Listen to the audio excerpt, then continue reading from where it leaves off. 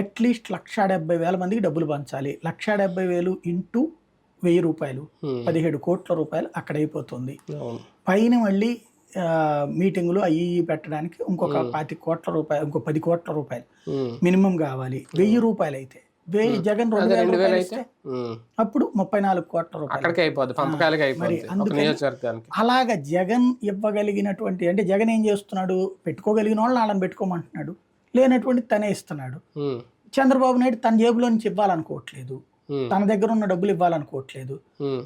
SC ST segment ఇట్లాంటి చోట్ల ఇద్దాం అనుకుంటున్నాడు. కొన్ని బాగా బీసీలు ఇట్లాంటి వాళ్ళు బలమైనటువంటి చోట్ల ఎక్కడన్నా ఉంటే అక్కడ ఇద్దాం అనుకుంటున్నాడు. మేబీ కొంతమంది జనసేనలకు కూడా డబ్బులు ఇస్తాడేమో ఆయన, ఎందుకంటే వాళ్ళని కూడా చూసుకోవాల్సింది ఈయనే కదా. ఇప్పుడు ముగ్గురికి అయితే డబ్బులు ఉన్నట్టున్నాయి, కందులు దుర్గేష్కి, ఒలిశెట్టి శ్రీనివాస్కి, పంత నానాజీకి, వాళ్ళ ముగ్గురికి వరకు డబ్బులు కొంచెం పర్లేదు. పంచకర్ల సందీప్కి కొంచెం బెటర్. మిగతా కొనతాల రామకృష్ణకి అక్కర్లేదు.